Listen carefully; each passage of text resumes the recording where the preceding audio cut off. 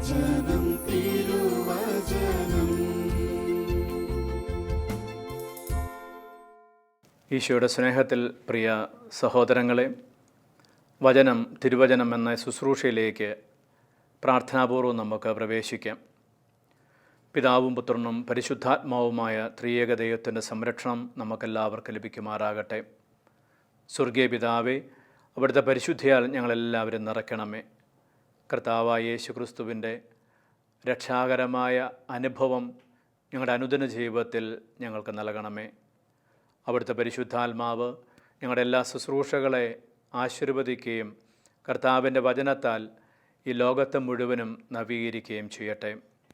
പരിശുദ്ധ അമ്മേ മാതാവേ, അമ്മയുടെ പ്രത്യേക മാധ്യസ്ഥനായിട്ട് ഞങ്ങളെയും ഞങ്ങളുടെ ശുശ്രൂഷകളെയും സമർപ്പിക്കുന്നു. നന്മ നിറഞ്ഞ മറിയമേ സുസ്തി, കർത്താവ് അങ്ങയുടെ കൂടെ സ്ത്രീകളിൽ അങ്ങ് അനുഗ്രഹിക്കപ്പെട്ടവളാവുന്നു. അങ്ങയുടെ ഉദരത്തിൻ ഫലമായ ഈശോ അനുഗ്രഹിക്കപ്പെട്ടവനാവുന്നു.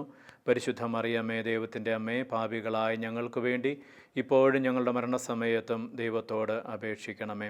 വിശുദ്ധ ദേവസ്വ പിതാവേ, ഞങ്ങൾക്ക് വേണ്ടി അപേക്ഷിക്കണമേ. വിശുദ്ധ ഫ്രാൻസിസ് അസീസി, ഞങ്ങൾക്ക് വേണ്ടി അപേക്ഷിക്കണമേ. വിശുദ്ധ പാതിരെ പിയോയെ, ഞങ്ങൾക്ക് വേണ്ടി അപേക്ഷിക്കണമേ. വിശുദ്ധ അൽഫോൻസാമെ, ഞങ്ങൾക്ക് വേണ്ടി അപേക്ഷിക്കണമേ. നിത്യം പിതാവും പുത്രനും പരിശുദ്ധാത്മാവുമായ സർവേശ്വര എന്നേക്കും ആമേൻ. വിശുദ്ധ പൗലോസ്ലീഹ കൊളോസ്യർക്കുടെ ലേഖനത്തിലെ 1-ാം അധ്യായത്തിലെ 27-ാമത്തെ വാക്യത്തിൽ നമ്മൾ വായിക്കുന്നു, ഈ രഹസ്യമാകട്ടെ മഹത്വത്തെക്കുറിച്ചുള്ള പ്രത്യാശയായ ക്രിസ്തു നിങ്ങളിൽ ഉണ്ട് എന്ന് തന്നെ.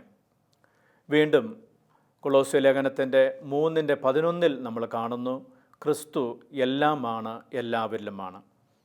അപ്പോൾ എല്ലാവരിലുമുള്ള ഈ ക്രിസ്തുവിൻ്റെ സാന്നിധ്യം ഓർത്തുകൊണ്ട് എന്നെ ശ്രവിക്കുന്ന നിങ്ങളുടെ അടുക്കൽ ആരെങ്കിലും ഉണ്ടെങ്കിൽ സ്നേഹത്തോടെ ആദരവോടെ നമുക്ക് പറയാം, ഈശോ മിശിഹായിക്ക് സ്തുതിയായിരിക്കട്ടെ. പ്രിയമുള്ളവരെ, വിശുദ്ധ യോഹന്നാൻ്റെ സുവിശേഷം 1-ാം അധ്യായത്തിലെ ഒരു പ്രധാനപ്പെട്ട സംഭവമാണ് ഈശോ തൻ്റെ ശിഷ്യന്മാരെ തിരഞ്ഞെടുക്കുന്നത്, വിളിക്കുന്നത്. 1-ാം അധ്യായത്തിൽ 35 മുതൽ തൻ്റെ ആദ്യത്തെ 2 ശിഷ്യന്മാരുടെ വിളിയെക്കുറിച്ച് നമ്മൾ വായിക്കുന്നുണ്ട്. അതിൽ 40-ാമത്തെ വാക്യത്തിൽ ഇങ്ങനെയാണ്, യോഹന്നാൻ പറഞ്ഞത് കേട്ട് അവനെ അനുഗമിച്ച ആ 2 പേരിൽ ഒരുവൻ ശിമയോൻ പത്രോസിൻ്റെ സഹോദരൻ അന്ത്രയോസ് ആയിരുന്നു. അവൻ ആദ്യമേ തൻ്റെ സഹോദരനായ ശിമയോനെ കണ്ട് അവനോട്, ഞങ്ങൾ മിശിഹായെ, ക്രിസ്തുവിനെ കണ്ടു എന്ന് പറഞ്ഞു. അവനെ യേശുവിൻ്റെ അടുക്കൽ കൊണ്ടുവന്നു.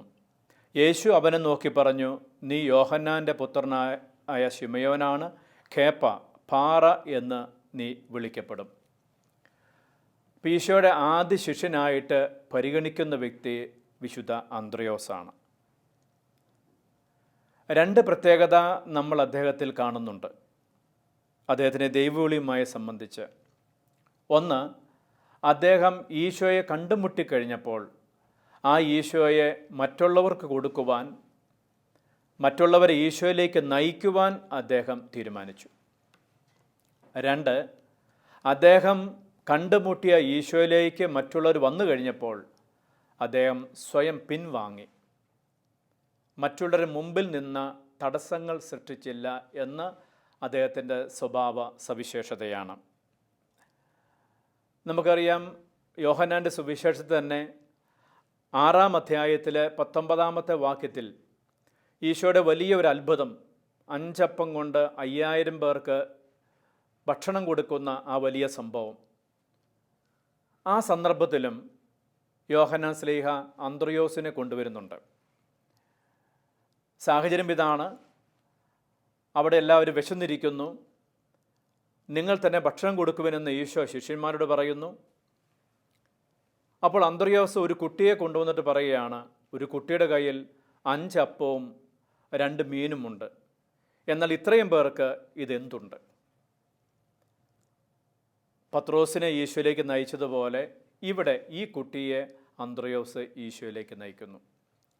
വീണ്ടും നമ്മൾ അന്ത്രയോസിനെ കാണുന്നത് യോഹന്നാൻ്റെ സുവിശേഷം 12-ാം അധ്യായത്തിലെ 22-ാമത്തെ വാക്യത്തിലാണ്. തിരുനാൾ ദിനത്തിൽ ഗ്രീക്കുകാരായ ചിലർ വന്ന് ഈശോയെ കാണാൻ ആഗ്രഹിച്ചു. ഇത് പീലിപ്പോസിനോട് പറഞ്ഞു.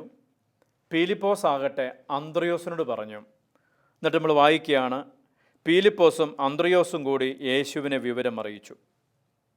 അപ്പം ഇവിടെയും അന്ത്രയോസ് താൻ കണ്ടുമുട്ടിയ, താൻ അനുഭവിച്ച യേശുവിലേക്ക് മറ്റുള്ളവരെ കൊണ്ടുവരികയാണ്. ക്രിസ്തുവിനെ കണ്ടവർക്ക്, ശരിക്കും അനുഭവിച്ചവർക്ക് ആ ഈശോയെ കാണിച്ചു കൊടുക്കാതിരിക്കാൻ പറ്റുകയില്ല എന്ന ഒരു യാഥാർത്ഥ്യം ഈ അപ്പസ്തോലനിലൂടെ കർത്താവ് നമ്മളെ ഓർമ്മിപ്പിക്കുകയാണ്. പ്രിയപ്പെട്ടവരെ, നമ്മുടെ ജീവിതത്തെക്കുറിച്ച് നോക്കുമ്പോൾ നമുക്ക് ഈശോയുടെ സാന്നിധ്യാനുഭവം ഉണ്ടായിട്ടുണ്ട്.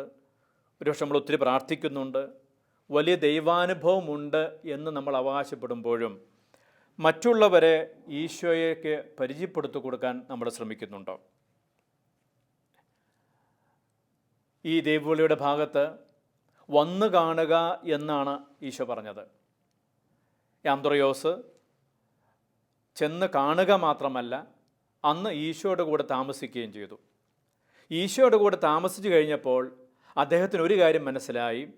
തന്നെ ഇങ്ങോട്ട് പറഞ്ഞയച്ച തൻ്റെ ആദ്യ ഗുരുവായ സ്നാപകൻ പറഞ്ഞത് ശരിയാണ്, 100% സത്യമാണ്. ഇത് മിശിഹായാണ്, ഇത് ക്രിസ്തുവാണ്. അപ്പോൾ അന്ത്രയോസിനെ പോലെ ഈശോയുടെ അടുക്കൽ വന്ന് താമസിച്ചുകൊണ്ട് ഈശോയുടെ സാന്നിധ്യം വ്യക്തിപരമായി അനുഭവിക്കുന്നവർക്ക് മാത്രമേ ഈശോയെ കാണിച്ചു കൊടുക്കാൻ സാധിക്കുകയുള്ളൂ. അന്ത്രയോസിന് ഇങ്ങനൊരു ദൈവാനുഭവം ഉണ്ടായി. അത് അദ്ദേഹം മാറ്റിവെച്ചില്ല, മറച്ചു വെച്ചില്ല, നേരെ പോയി തൻ്റെ സഹോദരനോട് തന്നെയാണ് പറഞ്ഞത്. കുടുംബത്തിലുള്ള വ്യക്തിയോടാണ് തൻ്റെ ആദ്യത്തെ സുവിശേഷ പ്രഘോഷണം നടത്തിയത്. അങ്ങനെ പത്രോസിൻ്റെ വലിയ ദൈവവിളി അവിടെ രൂപം കൊണ്ടു. അദ്ദേഹം തിരിച്ചറിഞ്ഞു അന്ത്രയോസിലൂടെ. അപ്പോൾ നമുക്കുണ്ടായ പ്രാർത്ഥനാനുഭവങ്ങൾ, നമ്മുടെ ദൈവാനുഭവങ്ങൾ നമ്മൾ നമ്മുടെ കുടുംബത്തിലുള്ളവരോട്, നമ്മുടെ അടുപ്പക്കാരോട് നമ്മൾ പങ്കുവെക്കാറുണ്ടോ? ചില വ്യക്തികളെ കണ്ടിട്ടുണ്ട്, അവർക്കുണ്ടായ ദൈവാനുഭവങ്ങൾ കുടുംബത്തിൽ ഒരിക്കലും അവർ പറയുകയില്ല, മറ്റുള്ളവരോട് അവർ ധാരാളമായി സംസാരിക്കും.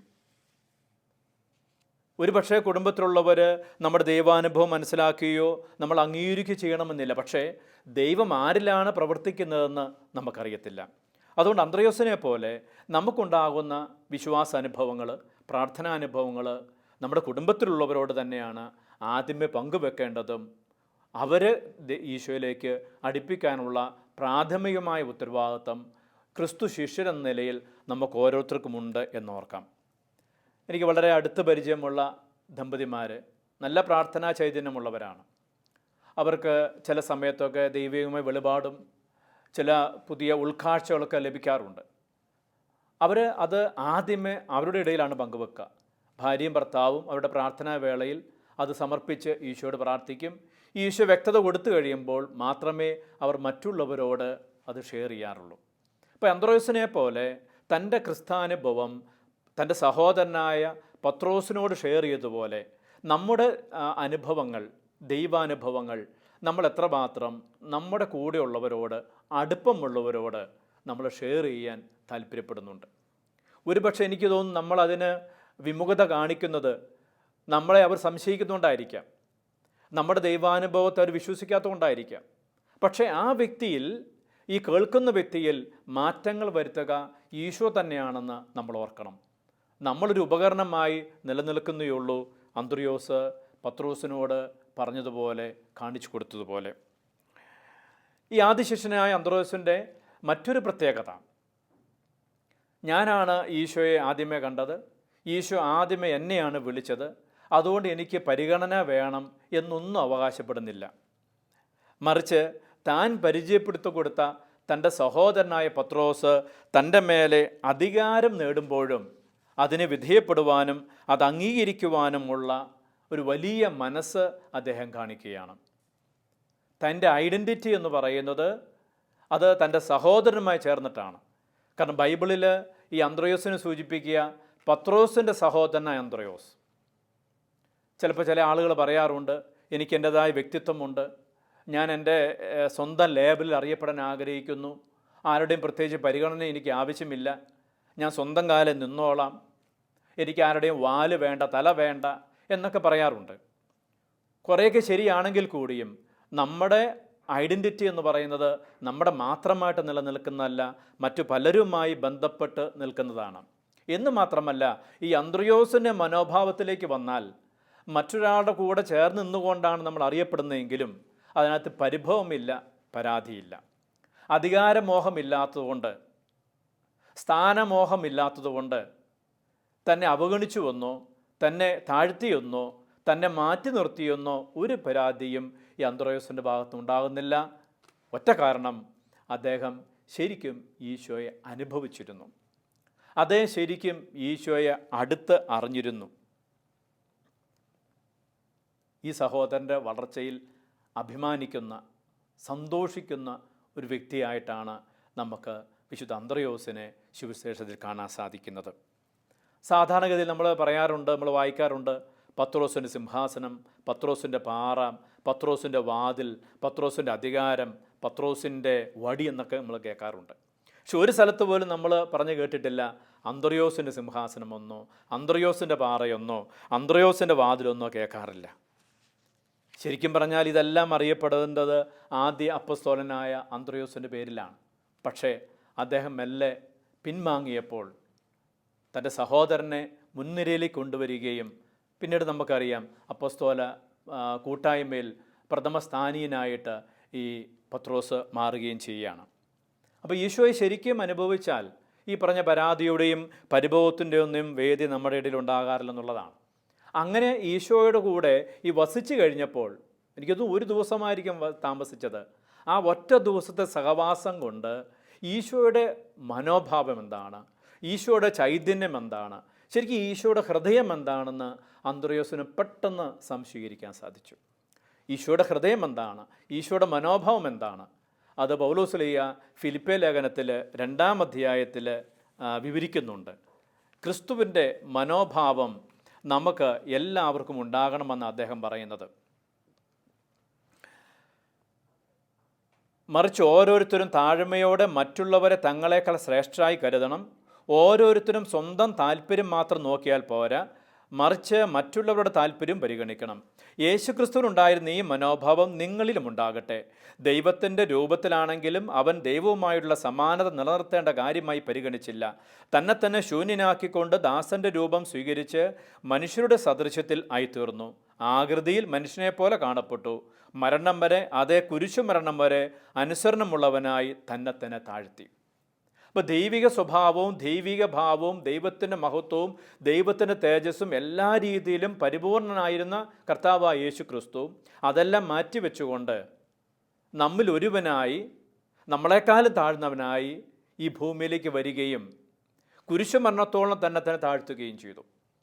ഇതാണ് യേശുവിൻ്റെ മനോഭാവം, ഇതാണ് യേശുവിൻ്റെ മനസ്സ്, ഇതാണ് യേശുവിൻ്റെ മനസാക്ഷി. ഇപ്പോൾ ഈ അന്ത്രയോസിനെ പോലെ ആരെല്ലാം ഈശോയെ അടുത്ത് അറിയുന്നുണ്ടോ, അനുഭവിക്കുന്നുണ്ടോ, അവരിലേക്ക് യേശുവിൻ്റെ ഈ മനസ്സ് രൂപപ്പെട്ടുകൊണ്ടിരിക്കുകയാണ്. അവർ മറ്റുള്ളവരെ ശ്രേഷ്ഠമായിട്ട് പരിഗണിക്കുന്നു. അപ്പോൾ ഞാനും നിങ്ങളും ആലോചിക്കേണ്ടത്, നമ്മൾ മറ്റുള്ളവരെ എത്രമാത്രം ശ്രേഷ്ഠരായിട്ട് പരിഗണിക്കുന്നുണ്ട്. ഒരുപക്ഷെ കുടുംബജീവിതത്തിൽ ജീവിത പങ്കാളികൾ പരസ്പരം ശ്രേഷ്ഠരായിട്ട് പരിഗണിക്കുന്നുണ്ടോ? മക്കൾ മാതാപിതാക്കളെ ശ്രേഷ്ഠരായിട്ട് പരിഗണിക്കുന്നുണ്ടോ? മാതാപിതാക്കൾ മക്കളെ ശ്രേഷ്ഠരായിട്ട് പരിഗണിക്കുന്നുണ്ടോ? അധ്യാപകർ വിദ്യാർത്ഥികളെയും, വിദ്യാർത്ഥികൾ തിരിച്ച് അധ്യാപകരെയും, അധികാരികൾ കീഴെയുള്ളവരെയും, താഴെയുള്ളവർ മുകളിലുള്ളവരെയും ഒക്കെ ശ്രേഷ്ഠരായിട്ട് പരിഗണിക്കുന്നുണ്ടോ? ഞാൻ എത്രമാത്രം മറ്റുള്ളവരെ, ഞാനുമായി ബന്ധപ്പെട്ട് നിൽക്കുന്നവരെ ശ്രേഷ്ഠരായിട്ട്, എന്നെക്കാളും മൂല്യമുള്ളവരായിട്ട്, എന്നെക്കാളും നല്ലവരായിട്ട്, എന്നെക്കാളും വലിയവരായിട്ട് പരിഗണിക്കുന്നുണ്ടോ? അത്രത്തോളം നമ്മൾ ഓരോരുത്തരും അന്ത്രയോസിനെ പോലെ ക്രിസ്തുവിൻ്റെ ശിഷ്യത്വം സ്വീകരിക്കുന്ന വ്യക്തികളായി മാറുകയാണ്. നമ്മളൊക്കെ ഈശോയെ അടുത്ത് അറിഞ്ഞവരായി മാറുകയാണ്. അപ്പോൾ കൂടെ നമ്മൾ ആലോചിക്കണം, നമ്മൾ എന്തുകൊണ്ടാണ് കലഹിക്കുന്നത്, നമ്മൾ എന്തുകൊണ്ടാണ് ബഹളം വെക്കുന്നത്, നമ്മൾ എന്തുകൊണ്ടാണ് പരാതി പറയുന്നത്, നമ്മൾ എന്തുകൊണ്ടാണ് പരിഭവം കാണിക്കുന്നത്? എനിക്ക് തോന്നുന്നു യേശുവിൻ്റെ ഈ മനോഭാവം നമ്മളിൽ രൂപപ്പെടാത്തതുകൊണ്ടാണ്. മറ്റുള്ളവരെ ശ്രേഷ്ഠരായിട്ട് പരിഗണിക്കണമെങ്കിൽ, മറ്റുള്ളവരെ ഉയർന്നവരായിട്ട് എടുക്കണമെങ്കിൽ നമ്മൾ അല്പം താഴ്മയോടെ നിൽക്കണം. ഇത് അന്ത്രയോസിന് കൃത്യമായിട്ട് മനസ്സിലായി തൻ്റെ ആദ്യ ഗുരുവായ സ്നാപയോഹന്നാനിൽ നിന്ന്. ക്രിസ്തുവിന് മുമ്പുള്ള ക്രിസ്ത്യാനി എന്ന് വേണമെങ്കിൽ സ്നാപയോഹന്നാനെ വിളിക്കാം. കാരണം ക്രിസ്തുവിന് മുമ്പ് തന്നെ ക്രിസ്തുവിൻ്റെ ചൈതന്യം, ക്രിസ്തുവിൻ്റെ മനോഭാവം സ്വീകരിച്ച വ്യക്തിയാണ് സ്നാപയോഹന്നാൻ. അദ്ദേഹം പറയുന്നത് എന്താണ്? ഞാൻ കുറയുകയും അവൻ വളരുകയും വേണം. ഇങ്ങനൊരു ട്രെയിനിങ് കിട്ടിയ വ്യക്തിയാണ് അന്ത്രയോസ്. ഞാൻ കുറയുകയും അവൻ വളരുകയും വേണം. നമ്മളൊക്കെ പലപ്പോഴും ചിന്തിക്കുന്നതും കരുതുന്നതും എന്താണ്? ഞാൻ പരമാവധി വളരണം, മറ്റുള്ളവർ എത്ര കുറഞ്ഞാലും കുഴപ്പമില്ല. അല്പം കൂടെ നന്മയായിട്ട് ചിന്തിക്കുന്നത് പറയും, ഞാനും നിങ്ങളും നന്നായി വളരണം. അപ്പോൾ എല്ലാവർക്കും വളർച്ചയാണ് ആവശ്യം.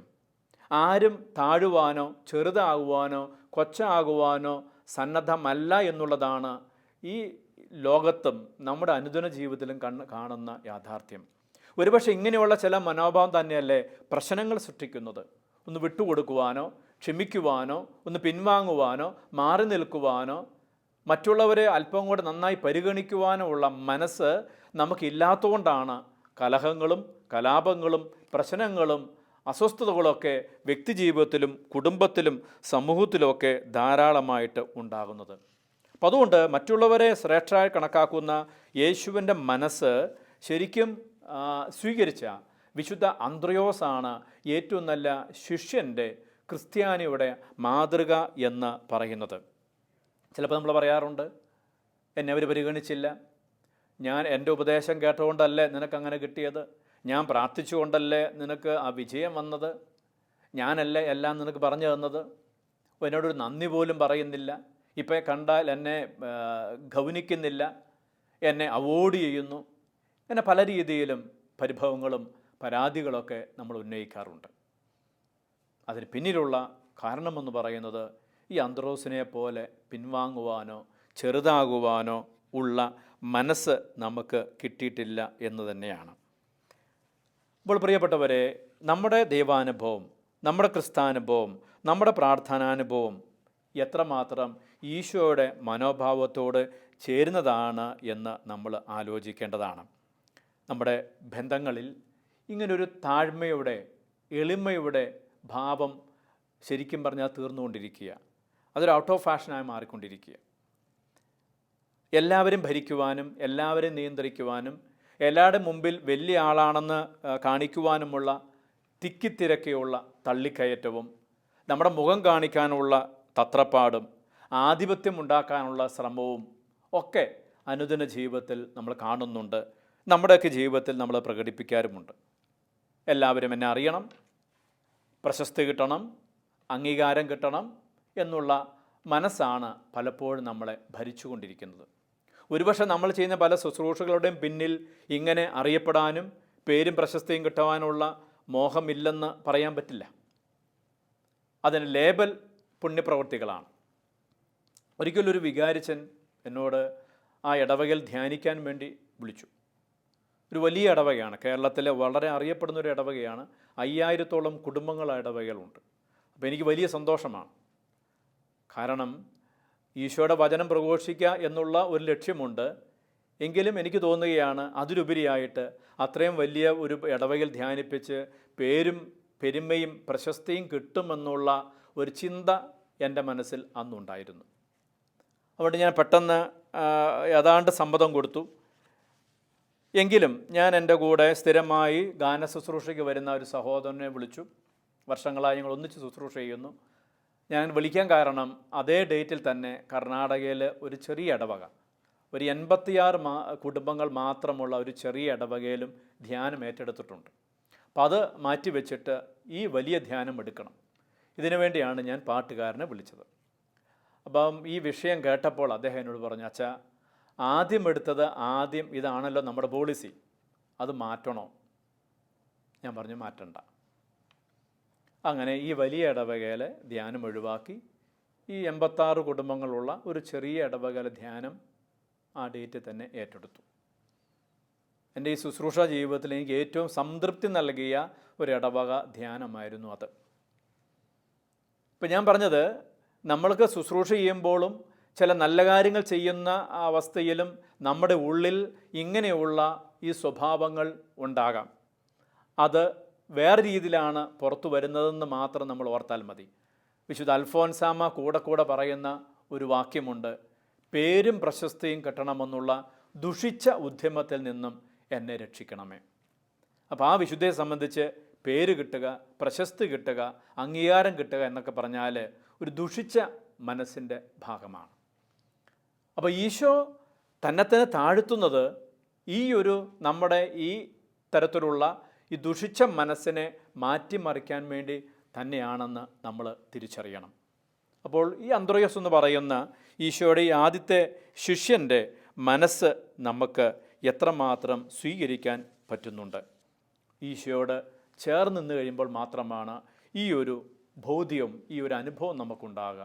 വിശുദ്ധ യോഹന്നാൻ്റെ സുവിശേഷത്തിൽ 15-ാം അധ്യായത്തിൽ ഈശോ മുന്തിരിച്ചെടിയെക്കുറിച്ചും ശാഖയെക്കുറിച്ചും പറയുമ്പോൾ ഈശോ പറയാണ്, മുന്തിരിച്ചെടിയോട് ചേർന്ന് നിൽക്കുന്ന ശാഖ.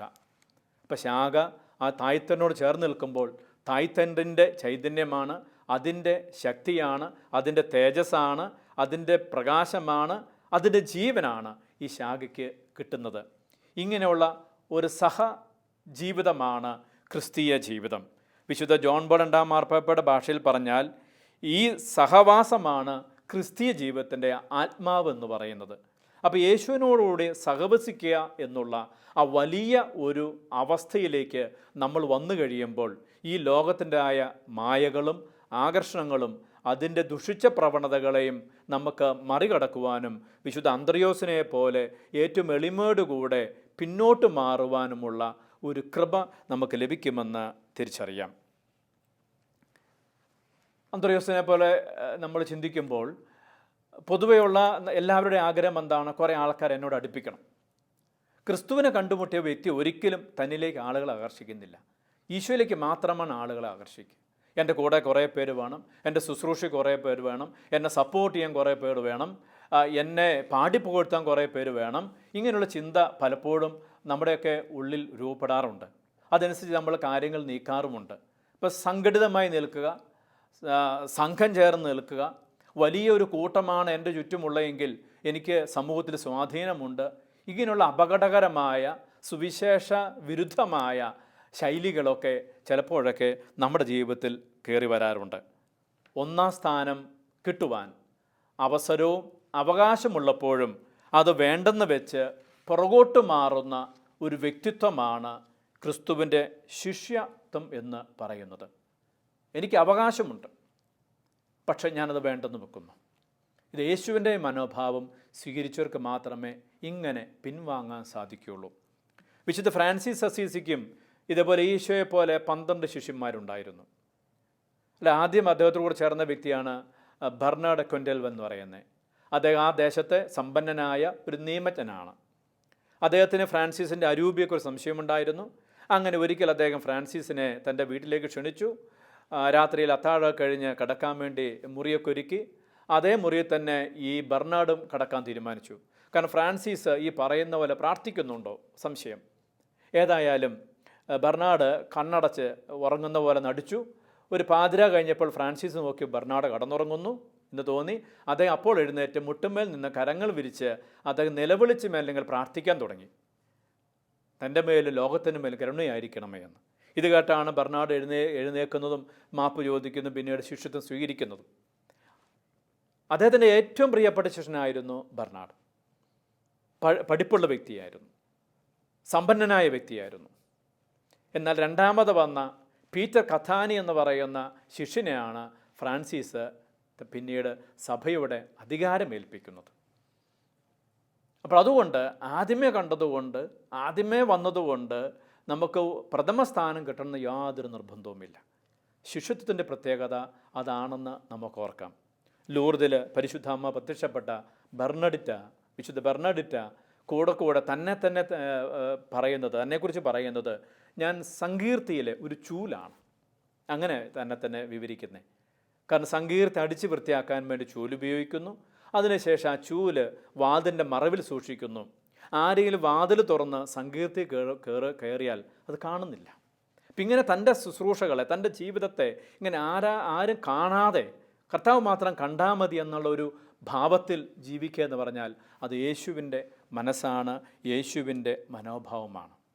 പ്രിയപ്പെട്ട സഹോദരി സഹോദരന്മാരെ, ഈശോയുടെ ആദ്യ ശിഷ്യനായിരുന്നിട്ടും ഈശോയെ ആദ്യമായിട്ട് കണ്ടുമുട്ടിയ വ്യക്തിയായിരുന്നിട്ടും അദ്ദേഹം ആ ഈശോയുടെ മനസ്സ് സ്വീകരിച്ചു കഴിഞ്ഞപ്പോൾ, ഈശോയുടെ കൂടെ ഒരു ദിവസം താമസിച്ചു കഴിഞ്ഞപ്പോൾ ആ ചൈതന്യം സ്വായത്തമാക്കുക മാത്രമല്ല അതെൻ്റെ ജീവിതത്തിലേക്ക് കൊണ്ടുവന്നു. താൻ പരിചയപ്പെടുത്തിയ താൻ കാണിച്ചു കൊടുത്ത തൻ്റെ സഹോദരനെ ഒന്നാം സ്ഥാനത്തേക്ക് കൊണ്ടുവരുമ്പോഴും യാതൊരു പരാതിയുമില്ലാതെ, യാതൊരു സങ്കടവുമില്ലാതെ ശിഷ്യത്വത്തിൻ്റെ വലിയ മാതൃക നമുക്ക് കാണിച്ചു തന്നതുപോലെ എൻ്റെയും നിങ്ങളുടെയും ദൈവാനുഭവങ്ങളെ, എൻ്റെയും നിങ്ങളുടെയും പ്രാർത്ഥനാനുഭവങ്ങളെ, എൻ്റെയും നിങ്ങളുടെയും വിശ്വാസ അനുഭവങ്ങളെ ക്രിസ്തുവിൻ്റെ മനോഭാവത്തോട് ചേർത്ത് നിർത്തുവാനും ആ മനോഭാവത്തോട് തട്ടിച്ചു നോക്കുവാനും ആവശ്യമില്ലാത്തതും അരുതാത്തതും ചേരാത്തതും മാറ്റിക്കളയുവാനുമുള്ള ഒരു വലിയ കൃപ നമുക്ക് ലഭിക്കാൻ വേണ്ടി കർത്താവിനോട് പ്രാർത്ഥിക്കാം. അങ്ങനെ നമ്മുടെ മനസ്സും ക്രിസ്തുവിൻ്റെ മനസ്സോട് ചേർത്ത് വെച്ച് കഴിയുമ്പോൾ നമ്മളും ഈ ആദ്യ ശിഷ്യനായ അന്ത്രയോസിനെ പോലെ ഈശോയെ കാണുകയും ഈശോയെ അനുഭവിക്കുകയും ഈശോയെ കാണിച്ചു കൊടുക്കുകയും മാറി നിൽക്കുകയും ചെയ്യുന്ന ഒരു ശിഷ്യനും ശിഷ്യയുമായി തീരും. ആ അനുഗ്രഹം നമുക്ക് ലഭിക്കാൻ വേണ്ടി താഴ്മയോടെ ദൈവസന്നിധിയിൽ നമുക്ക് വ്യാപരിക്കാം, പ്രാർത്ഥിക്കാം.